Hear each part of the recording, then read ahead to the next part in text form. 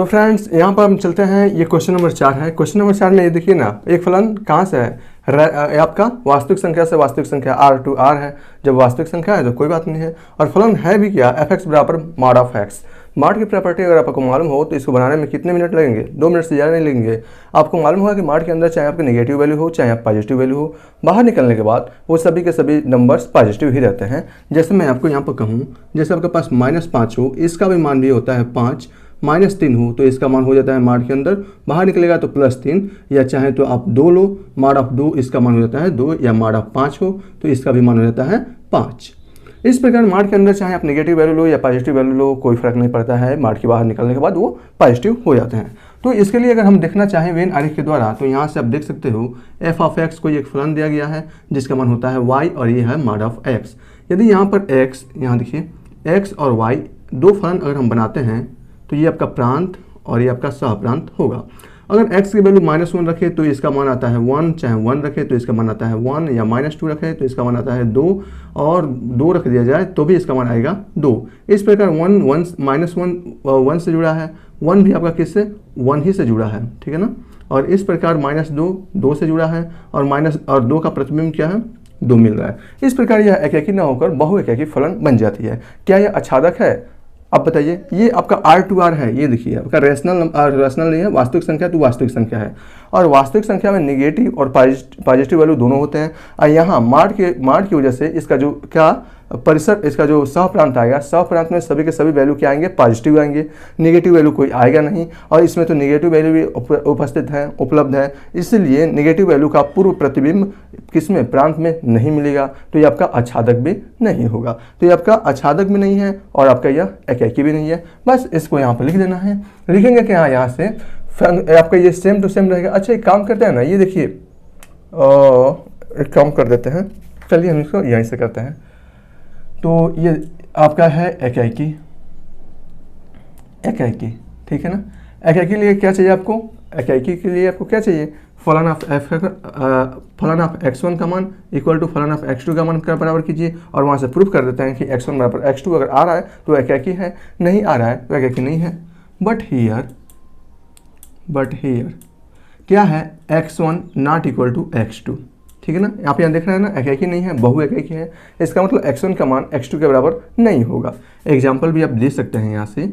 Example में क्या देख सकते हैं, -1 नॉट इक्वल टू +1, क्या -1 +1 का मान बराबर है, नहीं है, और -2 क्या नॉट इक्वल टू +2, अतः फलन एकाकी नहीं है। सिंपल सी बात है। जब आप समझ कर सब करेंगे ना तो आप पालेंगे सब कुछ जो आप चाहते हैं, नहीं समझेंगे तो कुछ नहीं होगा, बस छापना पड़ेगा। तो यहाँ से हम देख रहे हैं ना, -1 और +1 का मान 1 ही मिल रहा है, जबकि -1 और +1 क्या है, बराबर नहीं है, दोनों अलग अलग हैं, नॉट इक्वल टू है ना। इसी प्रकार -2 और +2 का मान रखेंगे तो 2 मिल रहा है, ना ही -2 बराबर है ना ही +2 बराबर है, फिर भी इसका मान क्या मिल रहा है, 2 ही मिल रहा है। तो इस प्रकार यह फलन एकाकी नहीं है। आच्छादक भी, क्या यह आच्छादक है, हमने देखा ना, y यानी कि यहाँ क्या आपका प्रांत सहप्रांत, यानी कि सहप्रांत में उपस्थित सभी अवयवों का पूर्व प्रतिबिंब इसमें नहीं मिलेगा, नेगेटिव नंबर्स का तो इसमें मिलेगा ही नहीं। यहाँ y का जो भी मान आएगा मॉड की वजह से पॉजिटिव हो जाएगा, नेगेटिव वैल्यू का यहाँ पूर्व प्रतिबिंब मिलेगा नहीं, तो यहाँ क्या यह आच्छादक होगा, नहीं होगा। तो आच्छादक के लिए हमें क्या चाहिए, y बराबर f(x) लेते हैं, और यहाँ से हम लोग y बराबर f(x) मान कितना है, मॉड ऑफ x है, बस। तो यहाँ से y का वैल्यू होगा क्या, y का जो भी वैल्यू आएगा वो आपका less than r equal to 0 आएगा, यानी कि जो भी y का वैल्यू आएगा, x का मान रखेंगे तो x के मान पर y का मान क्या होगा, 0 से बड़ा होगा। नेगेटिव वैल्यू के लिए आप लोग यहाँ लिख सकते हैं, अतः ऋणात्मक नेगेटिव y के नेगेटिव वैल्यू के लिए, ठीक है ना, ये आप लिख सकते हैं। अतः यहाँ ये क्या है, सहप्रांत या y के, आप यहाँ लिख सकते हैं y के नेगेटिव वैल्यू के लिए इसका क्या पूर्व प्रतिबिंब या पूर्व प्रतिबिंब किसमें विद्यमान नहीं है, प्रांत में विद्यमान नहीं है, पूर्व प्रतिबिंब प्रांत में विद्यमान नहीं है। जब प्रांत में विद्यमान नहीं है तो क्या होगा, अतः फलन आच्छादक नहीं होगा। अतः फलन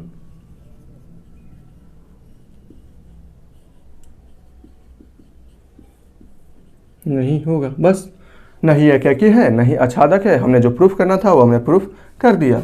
तो अब हम चलते हैं ये क्वेश्चन नंबर 5 पर। ये क्वेश्चन नंबर 5 इस प्रकार है, देखिए ये बहुत अच्छा क्वेश्चन है, बहुत अच्छा क्वेश्चन है। देखिए इसको भी प्रूफ करना है कि ये आच्छादक नहीं है, और फलन है क्या, R2R में है, वास्तविक संख्या से वास्तविक संख्या में है, और फलन यहाँ पर दिया गया है। ये देखिए फलन है यार, फलन यहाँ पर दिया गया है। जब x का मान 0 रखेंगे तो इसका मान 0 है। x से छोटे पर y के मान क्या है, -1 है। y से छोटे मतलब 0 से छोटे पर सभी का सभी इसका मान y का मान क्या है, -1 है। यानी कि कहने का मतलब है जब 0 से छोटा कोई भी संख्या रखोगे तो उसका मान हमेशा निगेटिव आएगी।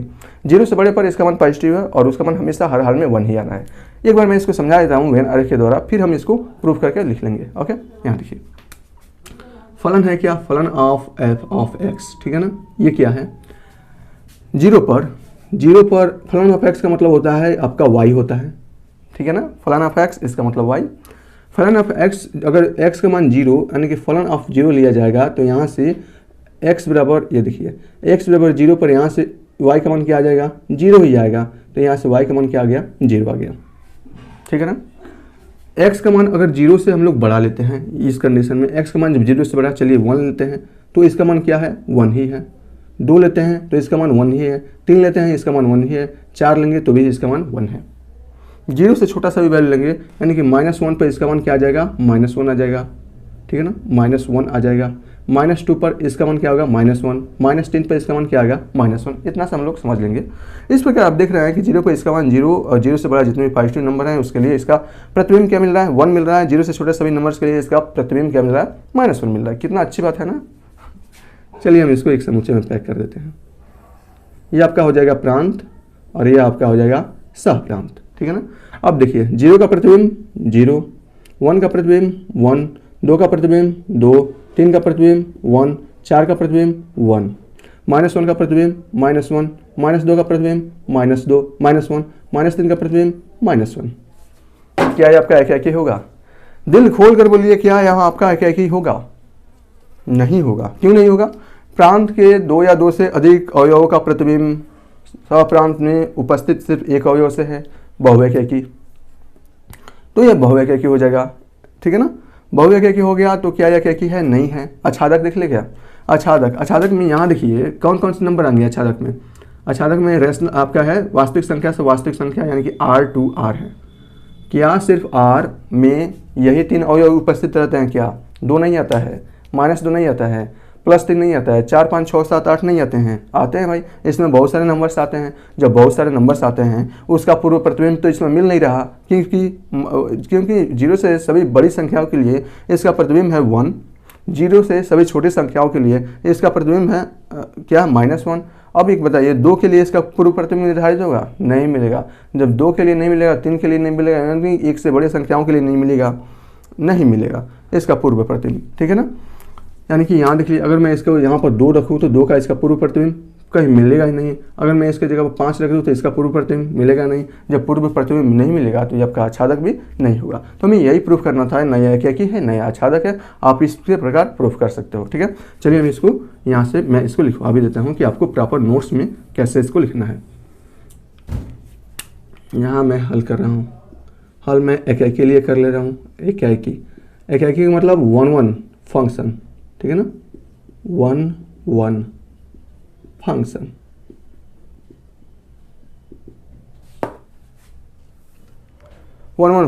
चलिए इसके लिए आपको क्या चाहिए, फलन ऑफ x1 इक्वल टू फलन ऑफ x2 चाहिए। बट हियर क्या फलन x1 not equal to x2। देखें ना यहाँ पर जितने भी नंबर्स थे वो सभी बराबर नहीं थे, फिर भी जो भी आपका मिल रहा था प्रतिबिंब मिल रहा था वो सिर्फ 1 ही मिल रहा था, 0 से पॉजिटिव नंबर्स के लिए। एक बात और है, जब हमने आपको प्रूफ कराया था बहुएकाकी के लिए जो समीकरण वो क्या था, x1 not equal to x2। अगर उस कंडीशन में x1 x2 के बराबर हो जा रहे थे तो वो फलन एकाकी था, नहीं हो रही है तो एकाकी नहीं था। तो यहाँ से क्या हो गया, x1 x2 के बराबर नहीं थे, 0 से सभी पॉजिटिव नंबर 1 के बराबर नहीं होते हैं ना, नहीं, तो ये फलन क्या होगा आपका, एकाकी नहीं होगा। अतः फलन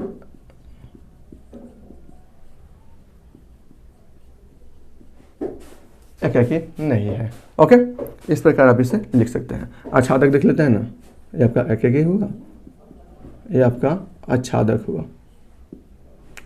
आच्छादक, क्या ये आपका आच्छादक है? प्रूफ किया ना, देखें वहाँ से आच्छादक नहीं है। तो आच्छादक के लिए क्या चाहिए आपको? y का मान किसके f ऑफ x के बराबर होना चाहिए। बट हियर y का मान क्या था? y का मान 0 के लिए, यानी कि 0, अगर x का मान 0 है तो y का मान क्या है? 0 है। x से बड़े के लिए y का मान 1 है, x से छोटे के लिए y का मान -1 है। तो ये आच्छादक के लिए आप ये फलन नहीं बना सकते हैं, नहीं बना सकते हैं, क्योंकि यहाँ प्रॉपर कोई फलन नहीं दिया है। तो इसके लिए क्या लिखना पड़ेगा? यही क्या कि सह प्रांत में उपस्थित सभी अवयवों का पूर्व प्रतिबिंब प्रांत में उपस्थित नहीं है, अतः फलन आच्छादक नहीं है। सिर्फ यही लिखना है, ठीक है। तो यहाँ से आप लिख सकते हैं सह प्रांत में उपस्थित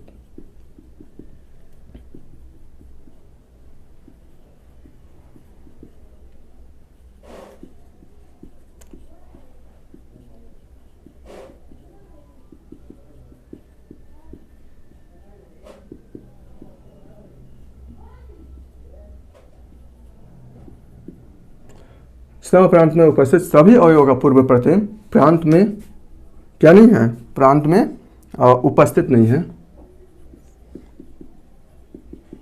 या विद्यमान लिख लीजिए ना, उपस्थित जगह पर विद्यमान, अतः फलन आच्छादक नहीं है।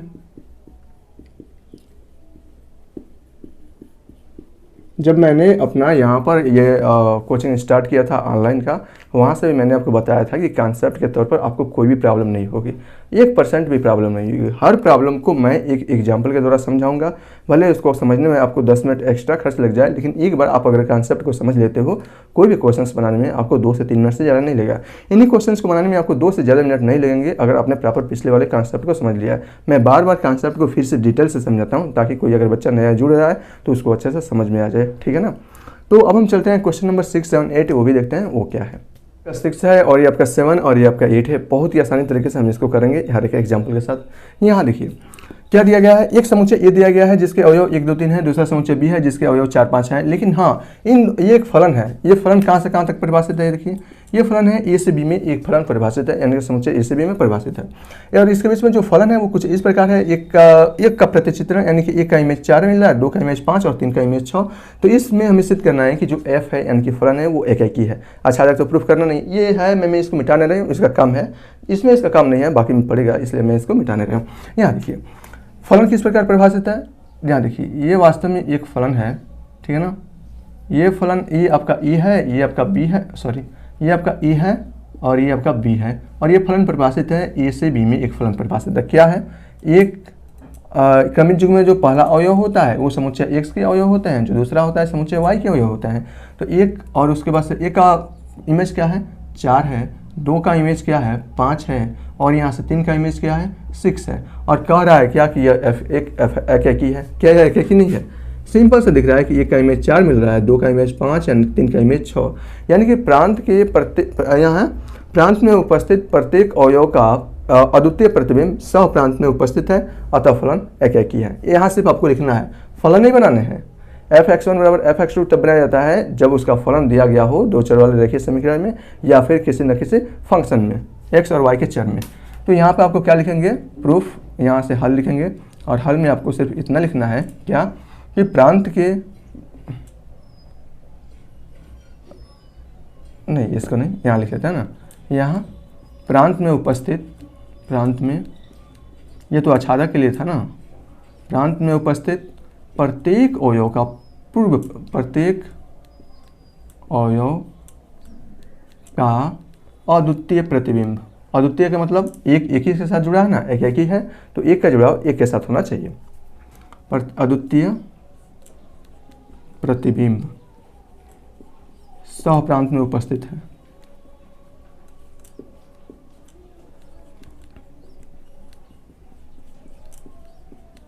यह आधा नंबर का क्वेश्चन आता है ना, अतः फलन क्या होगा आपका? एकाकी होगा, एकाकी होगा। बस प्रूफ हो गया। चलिए हम इसको करते हैं। तो यहाँ से मैं इसे मिटा दे रहा हूँ। यह देखिए, क्या इसके लिए फिगर बनाना जरूरी है?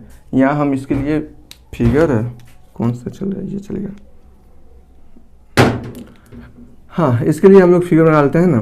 फिगर क्या बनाना है, इसको अच्छे से हम लोग कर सकते हैं। यहाँ देखिए फलन क्या है, रैशनल नंबर, ये आपका रैशनल नहीं है, वास्तविक संख्या तो वास्तविक संख्या है। यहाँ आर वास्तविक संख्या को प्रदर्शित कर रहा है, ठीक है ना।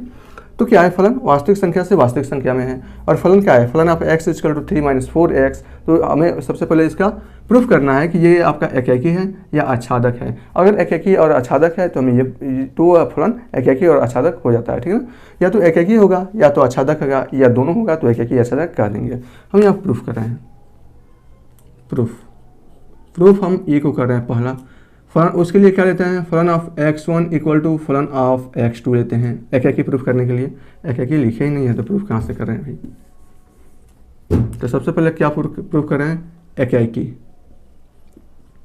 ठीक है ना। एकाकी लेके क्या चाहिए आपको, फलन ऑफ x1 = फलन ऑफ x2 को बराबर कीजिए। अगर इस कंडीशन में x1 बराबर x2 आ गया तो फलन एकाकी है। तो यहाँ देखिए x1 का मतलब क्या है, दिए गए फलन में इसमें x की जगह पर x1 रख दिए, फिर x की जगह पर x2 रखिए, दोनों को बराबर कीजिए। तो ये हो जाएगा 3 - 4x1 = 3 - 4x2, ठीक है ना। 3 से 3 आपका कैंसिल हो जाएगा। 4x1 को इधर लाइए, 4x2 को और 4x1 को उधर ले जाइए, तो 4x1 हो जाएगा। 4 से आपका 4 कैंसिल और यहाँ से हो जाएगा x1 बराबर x2 या x2 बराबर x1। तो सिंपल है। अतः फलन क्या है, एकाकी है।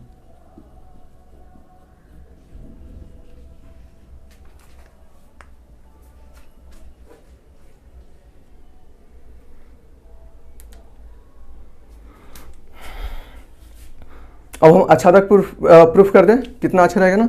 यहाँ देखिए आच्छादक फलन है, यानी कि इंग्लिश में आप इसे आंटू फंक्शन भी बोल सकते हैं। आच्छादक के लिए क्या चाहिए आपको, अब मैं यहाँ पर फिगर नहीं बना रहा हूँ, आप फिगर बनाकर देख लीजिएगा। y बराबर fx चाहिए और यहाँ से y बराबर fx का मान है कितना, 3 - 4x है। अब यहाँ जो पद दिया गया x के फॉर्म में समीकरण है, इसको y के फॉर्म में बना दीजिए। यानी कि y के लिए जो आप मान ये है तो उसके लिए x का मान क्या होगा, यहाँ से देख लेते हैं।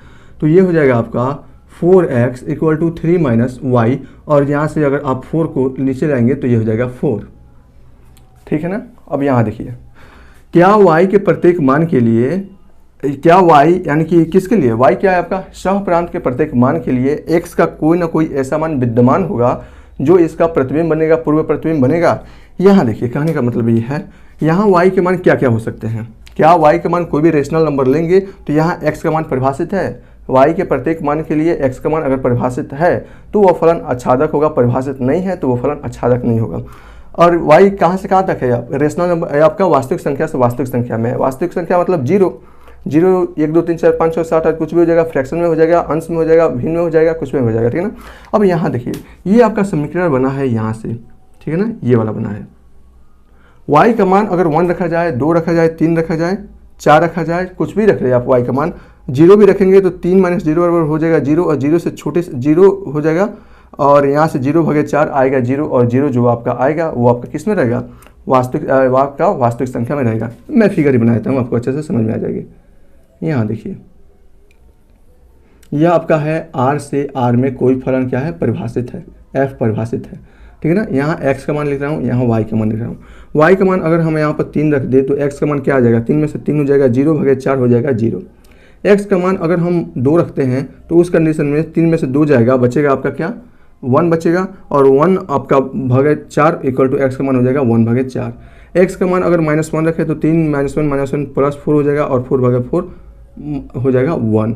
इस प्रकार आप देख रहे हैं कि प्रांत के प्रत्येक मान के लिए क्या सह प्रांत यानी कि y के प्रत्येक मान के लिए x का मान मिल रहा है। x का मान भी आपको वास्तविक मिलेगा, यानी कि ये भी कह सकते हैं कि y के प्रत्येक वास्तविक मान के लिए x के प्रत्येक वास्तविक मान प्राप्त होंगे।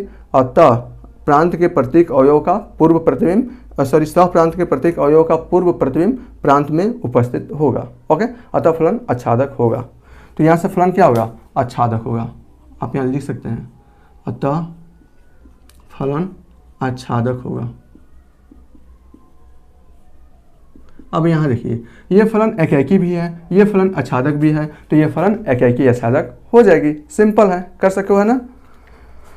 अच्छे से समझते तो ये तुम कर लो तो यार कुछ नहीं है इसमें, बिल्कुल आसान है, बहुत आसान है, ठीक है ना। तो इस प्रकार ये फलन आच्छादक होगा। अब ये दूसरा वाला फलन है, क्या ये भी आच्छादक होगा? हम यहाँ पर देख लिया अपन, आइए हम यहाँ पर देखते हैं। मैं इसको मिटा दे रहा हूँ, यह आपका पहला वाला था, मैं इसको अब मिटा रहा हूँ, ठीक है ना। यहाँ देखिए, अब मैं ले चल रहा हूँ इसका बी वाला पर ले चल रहा हूँ। यह आपका ए था और ये आपका बी था, सॉरी बी था। तो ये आपका हमने ए का प्रूफ कर लिया। अब हम यहाँ पर प्रूफ बी का कर रहे हैं। एक एक के लिए क्या चाहिए आपको? एक एक के लिए फलन ऑफ x1 इक्वल टू फलन ऑफ x2 चाहिए ना, बिल्कुल। यहाँ देखिए 1 plus x square equal to x1 square equal to 1 plus x2 square हो जाएगा। 1 से 1 आपका कैंसिल, यहाँ से x1 square equal to x2 square, तो यहाँ से हो जाएगा x1। अब यहाँ देखिए फलन किस में है? आपका वास्तविक संख्या से वास्तविक संख्या में है। हम अभी यहाँ पर डिसाइड नहीं कर सकते, तो हमें यहाँ पर फिगर बनानी पड़ेगी। तो चलिए हम यहाँ पर फिगर बनाते हैं। ये आपका होगा x1 x और ये आपका y हो गया। ये फलन है R से R में कोई फलन इस प्रकार परिभाषित है f, ठीक है ना। और इसमें दिया गया है f of x equal to क्या दिया गया है? 1 प्लस एक्स स्क्वायर दिया गया है। बिल्कुल सही, कोई प्रॉब्लम नहीं होनी चाहिए। यहाँ देखिए फलन ऑफ एफ एक्स, इसका मान क्या होता है? एफ एक्स का मान होता है वास्तव में y। अगर x का मान यहाँ पर किस में रखना है? x का मान वास्तविक संख्या कुछ भी आप रख सकते हो। तो मैं यहाँ पर x का मान 1 रख रहा हूँ, 1 रख रहा हूँ, x का मान 1 रख रहा हूँ। तो यहाँ हो जाएगा 1 का स्क्वायर 1 और ये हो जाएगा 1, ये हो जाएगा आपका 2, यानी कि 1 का प्रतिबिंब क्या मिल जाएगा? 2 मिल जाएगा। x का मान अगर मैं यहाँ से -1 भी रखता हूँ, -1, तो -1 का स्क्वायर हो जाएगा आपका +1 और 1 1 मिलकर यह 2 हो जाएगा। बिल्कुल सही है ना। यहाँ देखिए अगर x का मान इसी प्रकार अगर 2 रखते हो तो 2 दूना 4 और 1 5, y का मान कितना हो जाएगा? 5 हो जाएगा। x का मान अगर -2 रखते हो तो -2, अगर x का मान रखते हो तो -2 का स्क्वायर +4 और 1 ये क्या हो जाएगा? 5 हो जाएगा। इस प्रकार x के प्रत्येक x का आप अनंत वास्तविक मान रखेंगे तो y के मान तो प्राप्त होंगे, लेकिन निगेटिव और पॉजिटिव अंकों के लिए y के सेम मान प्राप्त हो रहा है। और जैसे यहाँ देखिए 1 का यहाँ पर प्रतिबिंब क्या है? 2 है, -1 का इमेज भी 2 है, 2 का इमेज क्या है यहाँ पर? 5 है, -2 का इमेज क्या है यहाँ पर? 5 है। तो क्या यह फलन एकाकी होगा? फलन तो बहु एकाकी दिख रहा है। जब बहु एकाकी दिख रहा है तो यह एकाकी कैसे हो सकता है? नहीं होगा, तो ये आपका एकाकी नहीं होगा। तो यहाँ से चलते हैं क्वेश्चन नंबर 8। इसको तो बहुत अच्छे से समझना भाई, इसको अगर आप अच्छे से नहीं समझेंगे तो ये गड़बड़ हो जाएगा। है क्या? फलन है दो संख्याओं का क्रॉस मल्टीप्लिकेशन से संबंधित है। जैसे अगर मान लीजिए एक समुच्चय आपका ए है, ठीक है ना, एक समुच्चय आपका बी है, एक समुच्चय ए है, दूसरा समुच्चय बी है। एक समुच्चय के अवयव मान लीजिए है 1 और 2 और 3 है, दूसरे समुच्चय के अवयव मान लीजिए है बी के ए बी और सी, और हमें इसके बीच क्रॉस मल्टीप्लिकेशन कराना है। इसका मतलब 1 का प्रतिबिंब 1 मिलेगा, 1 का 2 मिलेगा, 1 का ही 3 मिलेगा। अब मैं क्रॉस मल्टीप्लिकेशन कराऊँ, ये फलन के बारे में अभी चर्चा नहीं कर रहे हैं क्योंकि ये फलन होगा ही नहीं। ये फलन होगा क्या अगर ऐसे हो? तो ये आपका ए का प्रति इमेज कितना मिल रहा है? 1 से ज़्यादा मिल रहा है सप्रांत में, तो ये तो फलन नहीं होगा। लेकिन क्रॉस मल्टीप्लिकेशन कराएं तो इसका हो जाएगा 1 का संबंध ए से हो जाएगा, 1 का संबंध बी से हो जाएगा, 1 का संबंध सी से हो जाएगा, ठीक है ना। इसी प्रकार 2 का संबंध ए से, 2 का संबंध बी से और 2 ही का संबंध सी से। इसी प्रकार चलिए हम 2 ही के लिए करते हैं ना, 3 के लिए क्यों करें, ठीक है ना। इस प्रकार ए क्रॉस बी, 2 का संबंध सी से, तो ए क्रॉस बी क्या आया? 1 कमा ए, 1 कमा बी, 1 कमा सी, 2 कमा ए, 2 कमा बी, 2 कमा सी। इसी प्रकार जब हम इसे बी क्रॉस ए करेंगे तो जस्ट इसके अपोजिट हो जाएगा 1 ए कमा 1, बी कमा 1 और सी कमा 1, और यहाँ से ए कमा 2 और यहाँ से बी कमा 2 और यहाँ से सी कमा 2 आएगा, ठीक है ना। यहाँ देखिए हमें क्या सिद्ध करना है यहाँ पर? यह एक एकाकी आच्छादक, ये क्या है? एकाकी भी है और आच्छादक फलन है, यानी कि एकाकी भी है और आच्छादक भी है। हमें ये प्रूफ करना है। फलन किस में है? ये फलन वास्तव में, अब देखिए अब मजा आएगा। यहाँ देखिए ये जो फलन है वो फलन किस में है? ए क्रॉस बी से, ये क्या है? ए क्रॉस बी से बी क्रॉस ए में है। ये एक फलन इस प्रकार परिभाषित है। यहाँ किसके अवयव होंगे? आपके ए के अवयव होंगे, और यहाँ से ए क्रॉस बी के अवयव होंगे, और यहाँ से बी क्रॉस ए के अवयव होंगे, ठीक है ना। तो यहाँ देखिए ए क्रॉस बी में कौन कौन से अवयव हैं? 1 कमा ए, 1 कमा बी, 1 कमा सी, 2 कमा ए, 2 कमा बी और 2 कमा सी। ये अवयव है ना ए क्रॉस बी के। यहाँ देखिए बी क्रॉस ए में कौन कौन से अवयव हैं? यहाँ से ए कमा 1, बी कमा 1 और यहाँ से C कमा 1 और यहाँ से A कमा 2 और यहाँ से B कमा 2 और यहाँ से हो जाएगा c,2 है। फलन है a क्रॉस b से b क्रॉस a में। तो यहाँ दिख रहे हैं कि प्रांत के प्रत्येक अवयव का अद्वितीय प्रतिबिंब यहाँ प्रांत में उपस्थित है। 1 क्रॉस a का संबंध किससे हो जाएगा, a क्रॉस 1 से हो जाएगा। 1, b का प्रतिबिंब क्या मिलेगा, b, 1, 1, c का c,1, 2, a का a,2, 2, b का b,2, 2, c का c,2। अतः यह फलन क्या होगा, आपका एकाकी फलन हो जाएगा। सिंपल सा आप देख रहे हैं। क्या यह आच्छादक होगा, क्या y के प्रत्येक मान के लिए, क्या b क्रॉस a के प्रत्येक मान के लिए इसका अद्वितीय पूर्व प्रतिबिंब प्रांत में विद्यमान है। हाँ, विद्यमान है। जब ये विद्यमान है तो ये आपका क्या होगा, आच्छादक भी हो जाएगा। तो ये आपका एकाकी भी हो गया, ये आपका आच्छादक भी हो गया, तो ये आपका एकाकी और आच्छादक भी हो गया। सिंपल है। इस प्रकार आपको क्या करना है, एग्जाम्पल, ये आपको एग्जाम्पल में लिखना है, एग्जाम्पल में लिखना है। इतना लिखने के बाद, ये एग्जाम्पल इतना लिखने के बाद हम क्या करेंगे, यहाँ से अब यहाँ से इसको हम लोग एकाकी के लिए और आच्छादक के लिए यहाँ से हम लिख सकते हैं। तो एकाकी के लिए आपको क्या लिखना है, हाँ सिंपल सी बात है ना। उसके बाद से यहाँ देखिए एकाकी के लिए आपको सिंपल करना है यहाँ से। चलिए मैं ये आप लिख लीजिए, ये एग्जाम्पल में आप इतना पहले लिख लीजिए, ठीक है ना। एकाकी के बाद इतना लिखने के बाद अब आपको क्या करना है, मैं इसको मिटा रहा हूँ, ठीक है ना। इतना ये एग्जाम्पल में इतना करने के बाद आपको क्या करना है, यहाँ से हल, यहाँ लिखना है सिर्फ एकाकी, ठीक है ना। एकाकी के लिए क्या दिया है, एफ ऑफ ए बी का मान किसके बराबर होगा, एफ ऑफ बी ए के, ठीक है ना। तो यहाँ से हो जाएगा a, b equal to b, a। अतः फलन एकाकी होगा। सिंपल लिख लेना है, अतः फलन एकाकी होगा।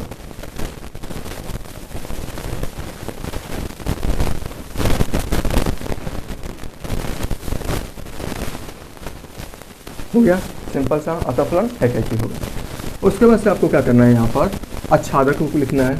और आच्छादक लिखने के बाद आपको ये नहीं लिखना है कि y बराबर एफ ऑफ एक्स, कुछ नहीं, ऐसा वैसा नहीं लिखना है। आपको सिर्फ इतना लिखना है कि प्रांत में उपस्थित सभी अवयवों का पूर्व प्रतिबिंब प्रांत में विद्यमान नहीं है, अतः फलन आच्छादक नहीं है। सिंपल सी बात है, ठीक है ना। तो हम इसको प्रूव कर देंगे। अतः फलन आच्छादक है। हमने यहाँ पर देखा ना कि सभी अवयवों का पूर्व प्रतिबिंब प्रांत में विद्यमान था। जब प्रांत में इसका पूर्व प्रतिबिंब विद्यमान होता है तो यह आपका आच्छादक होता है। अतः फलन एकाकी और आच्छादक होगा। क्यों, एकाकी हमने यहाँ से प्रूफ कर दिया, आच्छादक है, और तो इस प्रकार एकाकी और आच्छादक हो जाएगा। सिंपल है ना, कर सको आप। चलिए इस प्रकार अब चलते हैं क्वेश्चन नंबर 9, 10, 11, 12 और इस प्रकार जितने भी क्वेश्चन है सभी को कर लेने।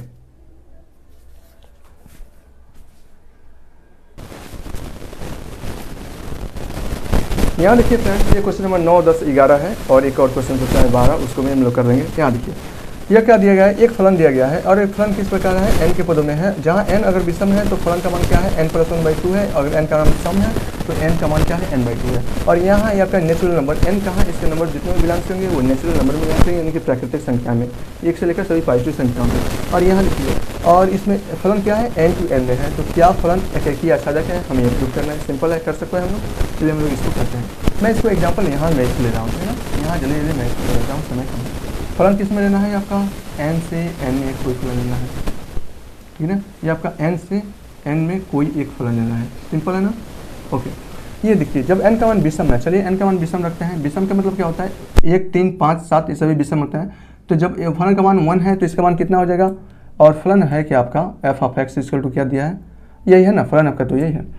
यहाँ हम लिख सकते हैं f of n equal to है वास्तव में n+1/2 है। एफ ऑफ एन का मतलब ये वास्तव में y का मान है और ये आपका x आपका y का मान है और ये आपका x का मान है। सिंपल है ना।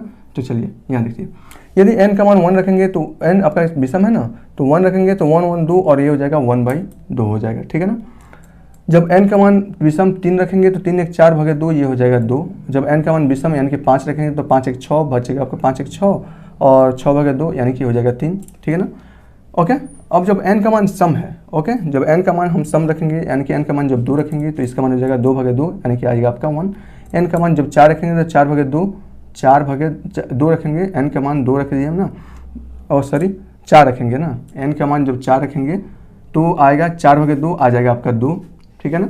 n का मान अगर हम 6 रखेंगे तो 6/2, 6 रखेंगे तो 6/2 आएगा आपका 3। सिंपल है, इतना से हम समझ सकते हैं, इतना काफ़ी है। यहाँ देखिए 1 का प्रतिबिंब 1/2, 3 का प्रतिबिंब 2, 5 का प्रतिबिंब 3, ठीक है ना। 2 का प्रतिबिंब क्या है आपका सॉरी 2 रखने पर क्या आ रहा है, 1 ही आ रहा है ना, 2 का प्रतिबिंब 1, और 4 का प्रतिबिंब क्या होगा, 4/2 आएगा 2, यानी कि ये अभी आपका आ जाएगा यही। अब देखिए 6 का प्रतिबिंब आ रहा है हमारा 3, ये देखिए क्या यह आपका एकैकी है, नहीं, यह आपका बहुएकैकी हो गया। क्यों, क्योंकि प्रांत के 2 या 2 से अधिक अवयवों का प्रतिबिंब अद्वितीय प्रतिबिंब मिलना चाहिए, लेकिन यहाँ मिल कर रहा है एक ही मिल कर रहा है, प्रांत के स्वप्रांत के एक ही अवयव से, मतलब प्रांत के 2 या 2 से अधिक अवयव का प्रतिबिंब स्वप्रांत में उपस्थित एक अवयव से है, तो फलन आपका एकैकी नहीं होगा, फलन आपका बहुएकैकी हो जाएगा। क्या यह आपका आच्छादक है, आच्छादक है, या क्या आपका आच्छादक होगा? या यहाँ देखिए n से n में है, नेचुरल नंबर से नेचुरल, ओ एक बात और है, यह क्या नेचुरल नंबर से नेचुरल नंबर में है ना, या तो क्या 1/2 नेचुरल नंबर में आता है, प्राकृतिक संख्या में आता है? नहीं आता है। तो एक का तो प्रतिबिंब मिलेगा 1/2, लेकिन 1/2 इस कंडीशन में, नेचुरल नंबर के कंडीशन में नहीं मिलेगा, इसीलिए आपका इसका भी प्रतिबिंब नहीं होगा, ठीक है ना, 1 का भी प्रतिबिंब नहीं होगा, ठीक है। और इस प्रकार आप देख सकते हैं, अगर इसमें में इधर विषम संख्या ली जाए 1/2 इधर आ रहा है, तो 1/2 का प्रतिबिंब नहीं होगा इस कंडीशन में जब यह नेचुरल नंबर है। तो यहाँ दिख रहा है कि 1/2 का भी पुरुष प्रतिबिंब नहीं मिलेगा, तो ये फलन आपका नहीं एकैकी होगा ना आच्छादक होगा। सिंपल है, आप इसे कर सको है ना, तो आप इसको ऐसे कर लेना है। तो नहीं एकैकी है, नहीं आच्छादक है, ओके। तो मैं आपको बस आच्छादक के लिए आपको यह लिखना है कि स्वप्रांत में उपस्थित सभी अवयव का पूर्व प्रतिबिंब प्रांत में उपस्थित नहीं है, अतः फलन आच्छादक नहीं है। और आपको क्या करना है एकैकी के लिए, एकैकी के लिए क्या चाहिए, f of x1 equal to चाहिए f of x2, but here x1 not equal to x2, x1 x2 के बराबर नहीं है, बस इतना, अतः फलन क्या होगा, अतः फलन एकैकी नहीं होगा। सिंपल है, आप ये एग्जाम्पल दे सकते हैं, ओके। चलिए हम चलते हैं, क्वेश्चन नंबर आपका ये 10 है, इस पर चलते हैं।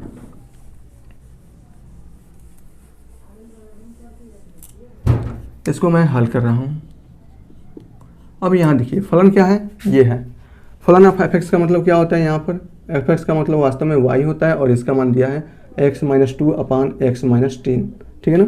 x का मान क्या नहीं रखना है, ये आपका यहाँ देखिए a का मान, a एक समुच्चय है, ये एक समुच्चय होगा, और ये क्या है, b एक समुच्चय है, ये आपका e है, ये आपका b है, और ये फलन किस में है, फलन आपका a to b में है, a to b में कोई एक फलन है, और ये क्या है यहाँ से r-3, ये इसका मतलब क्या होता है, 3 को छोड़कर कोई भी r का कोई भी मान ले सकते हैं, b में 1 को छोड़कर r का कोई भी मान ले सकते हैं, ठीक है ना।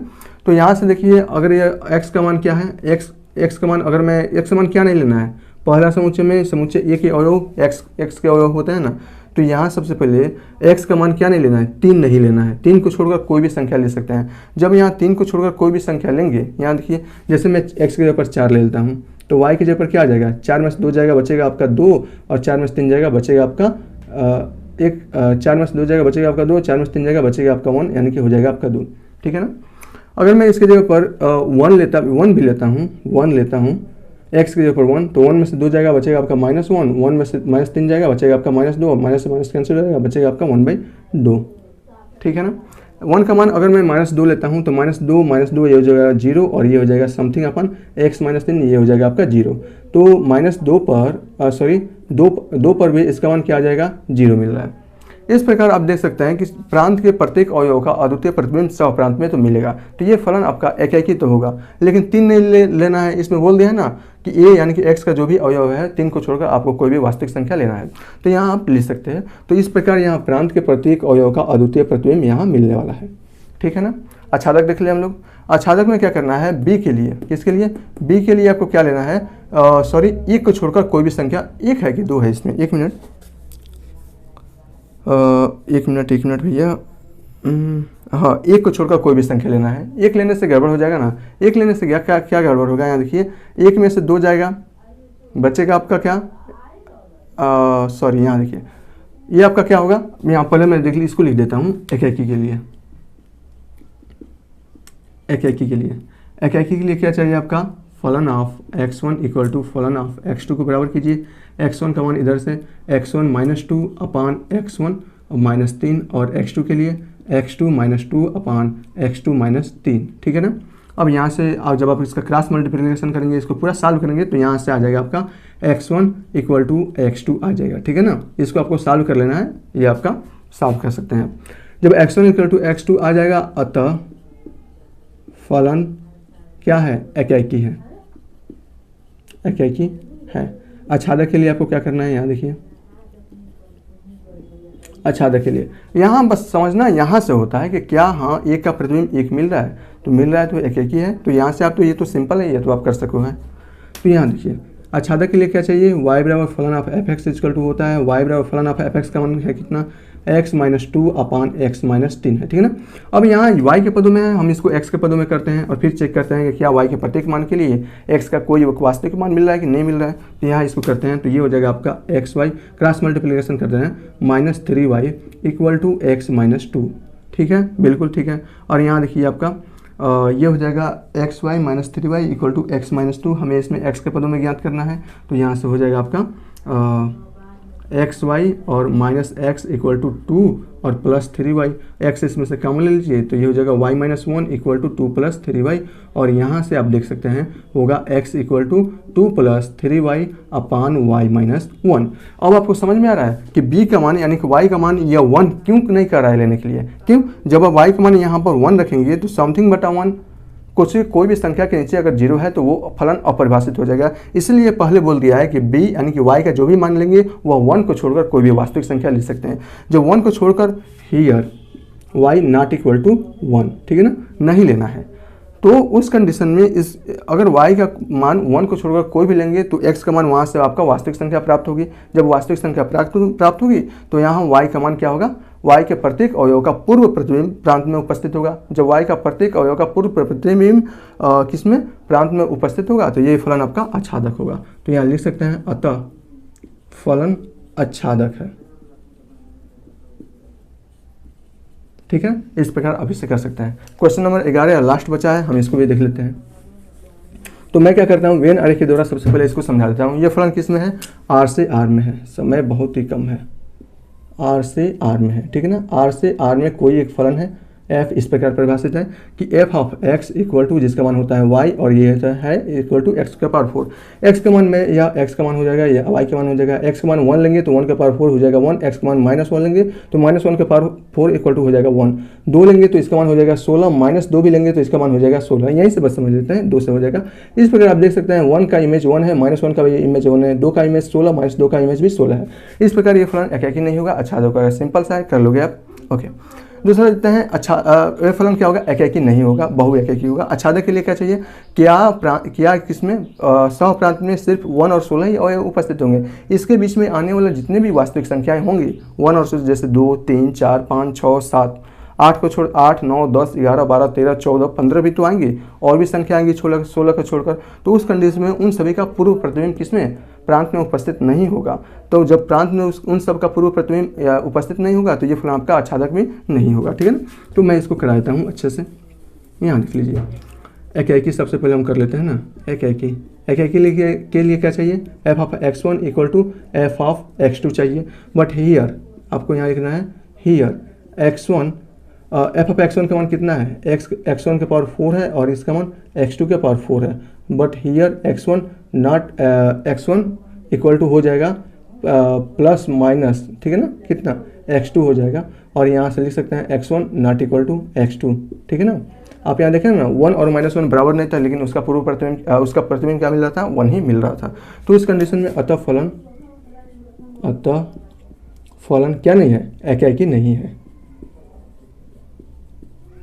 एकाकी नहीं है, ओके। इस प्रकार आप इसे लिख सकते हैं। अब हमें क्या चाहिए, आच्छादक चाहिए। आच्छादक के लिए क्या चाहिए, y बराबर f ऑफ x हो, और y बराबर f ऑफ x का मान कितना है, x के पावर 4 हो। जब इसका मान x के पदों में निकालेंगे तो ये हो जाएगा y के पावर 1/4, ठीक है ना, y के पावर 1/4 आ जाएगा। और इस प्रकार आप देखेंगे कि ये फलन y के प्रत्येक। अब इसके बाद आपको क्या लिखना है, सह प्रांत में उपस्थित सभी अवयवों का पूर्व प्रतिबिंब प्रांत में उपस्थित नहीं है, अतः फलन आपका आच्छादक नहीं है। सिंपल से आप लिख लोगे ना। तो इसमें कुछ खास नहीं था, जो भी था हमने इसको बहुत अच्छे से कर दिया है। तो आप हम चलते हैं क्वेश्चन नंबर आपका जो 12 है उस पर भी। क्वेश्चन नंबर 12 में यहाँ देखिए आपको क्या दिया गया है, क्वेश्चन नंबर 12 में f of x equal to 3x दिया गया है, 3x दिया गया है और इसमें कहा गया है फलन R2R में है, तो यह फलन ना तो एकाकी है और नहीं, सही उत्तर चुनना है। सही उत्तर में क्या चुनना है कि यह एकाकी फलन है या आच्छादक है, एकाकी आच्छादक है या बहुएक आच्छादक है या एकाकी है परंतु आच्छादक नहीं है, ना तो एकाकी है नहीं आच्छादक है। चलिए हम इसको देखते हैं। यहाँ देखिए ना, एकाकी तो ऐसे ही दिख रहा है, R2R में लेना है ना, तो एकाकी तो ऐसे दिख रहा है, तो हम इसको आंसर कर लेते हैं ना। यहाँ देखिए, एकाकी के लिए हम इसको सिद्ध करते हैं, ये होता है फलन ऑफ x1 इक्वल टू फलन ऑफ x2, ठीक है ना, यानी कि 3x1 इक्वल टू 3x2 और यहाँ से हो जाएगा 3 से 3 कैंसिल हो जाएगा, x1 बराबर x2। तो ये तो फलन तो एकाकी है, अतः फलन एकाकी होगा। सिंपल है। अब थोड़ा सा आच्छादक देख लेते हैं, आच्छादक देख लेते हैं। तो आच्छादक के लिए क्या चाहिए, y बराबर फलन ऑफ f(x) चाहिए और y बराबर फलन ऑफ f(x) है क्या, 3x है और x बराबर ये हो जाएगा y/3, ठीक है ना। अब यहाँ देखिए, क्या y के प्रत्येक मान के लिए x का इसका पूर्व प्रतिबिंब, x में इसका पूर्व प्रतिबिंब विद्यमान होगा? हाँ होगा, सिंपल सा है, होगा ना। यहाँ देखिए, ये फलन है क्या, यहाँ से यहाँ देखिए, ये आपका x है, ये y है और ये आपका R2R में कोई फलन इस प्रकार परिभाषित है और ये है f(x) इक्वल टू 3x, ठीक है ना। अगर यहाँ से x भी आप मान लेंगे तो इसका मान हो जाएगा 3, अगर तो 2 लेंगे तो 6, अगर 3 लेंगे तो ये हो जाएगा 2 लेंगे तो 6, 3 लेंगे तो 9 और 4 लेंगे तो इसका मतलब ये हो जाएगा 12। इस प्रकार R के अनेक वास्तविक मान और इसका मतलब 1 का इमेज 3, 2 का इमेज 6, 3 का इमेज 9, 4 का इमेज 12। इस प्रकार प्रांत में उपस्थित प्रत्येक अवयव, प्रांत में उपस्थित प्रत्येक वास्तविक संख्या के लिए इसका पूर्व प्रतिबिंब प्रांत में उपस्थित होगा, तो ये फलन आपका क्या होगा, आच्छादक होगा। आप यहाँ से देख सकते हैं या यहाँ से देख सकते हैं। तो बस आपको क्या लिखना है इसमें, सब प्रांत में उपस्थित सभी अवयवों का पूर्व प्रतिबिंब प्रांत में उपस्थित है, इसलिए फलन आच्छादक है। तो इसमें से आंसर कौन सा होगा, एकाकी और आच्छादक है, ये इसका आंसर हो जाएगा, ठीक है ना। तो ये एकाकी और आच्छादक इसका आंसर होगा। तो अब हम चलते हैं अगली प्रश्नावली पर। तब तक के लिए बहुत बहुत धन्यवाद। एक बात और है, थोड़ा सा आप लोग क्या करना है, दोस्तों के पास इसको फॉरवर्ड करना है, शेयर करना है थोड़ा सा, बस और कोई काम नहीं है। वीडियो को अच्छे से देखिए, शेयर कीजिए ताकि और भी चैनल ग्रोथ हो और भी बढ़े, हमको भी अच्छा लगे ना। तो चलिए इसको यहीं पर ख़त्म करते हैं, मिलेंगे अब अगली प्रश्नावली में अगले कॉन्सेप्ट के साथ।